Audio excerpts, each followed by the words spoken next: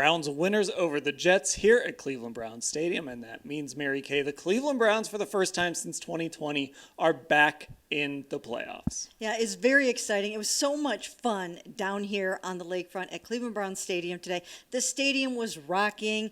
There were fireworks. There was a light show. There were guitar riffs. I mean, it was a party down here. I don't have to go out on New Year's Eve. I don't know about you guys, but this was the party down here tonight. So they are definitely in the playoffs. Good for them. Down to their fourth quarterback. Don't have a kicker. Don't have Nick Chubb, who smashed the guitar beforehand.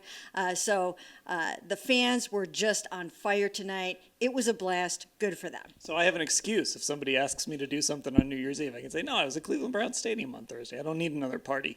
Ashley, everything this team has been through, we were in that locker room after the game, and you heard guys talk about togetherness and kind of how this team is pulling in the same direction. And even Wyatt admitted there's so many cliches, but man, they really do seem to believe all of them. It's true. I mean, in my post-game quick zero story that I wrote, I kind of went through a whole paragraph of all the adversity they've had to face. And most teams, it would be like just one line of this like 10-line paragraph would have taken them out. But the Browns, for whatever reason, no matter what injury happens next, it always seems to be the last straw, and they always find a way through it. And I do think you're hearing a lot of guys attributing how close-knit this team is. I know before players have said, well, we actually believe in our next man up, and I do think there is a certain camaraderie in this locker room that you can sense that these guys also just think is special, and it's been a huge part of their run this year. And there's probably some irony in the fact they were playing a Jets team that was essentially crippled by the loss of their starting quarterback, who had the guy who started for the Browns tonight, Joe Flacco, last season, did not make that call. And Joe Flacco tonight, Mary Kay, was unbelievable.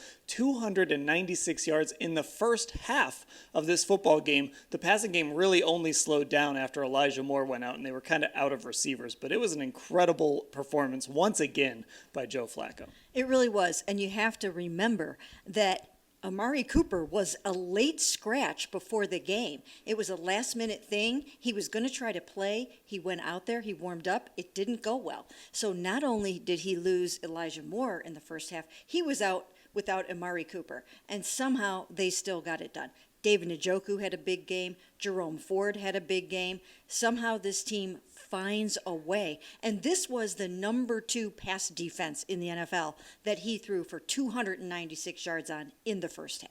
Yeah, Ash, I mean, it just looks like Joe is having so much. We should all be having as much fun as Joe Flacco is right now. Yeah, I mean, it's kind of awesome to see. We just saw the clip again on the TV where after one of those big plays, he yells, "Let's effing go," except he said the actual word, clear as day.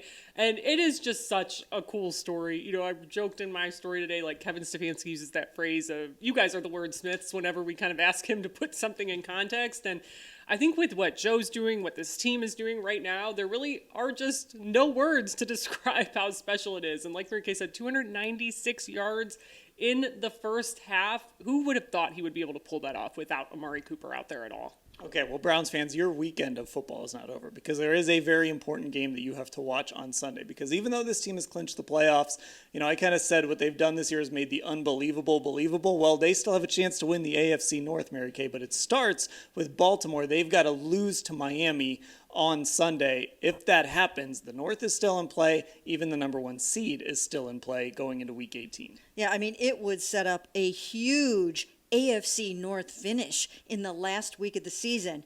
Browns versus Bengals, Ravens versus Steelers, and anything can happen in that type of a scenario. So Browns fans really have to hope that the Ravens do not win on Sunday when they play the Dolphins, the 11-4 Dolphins.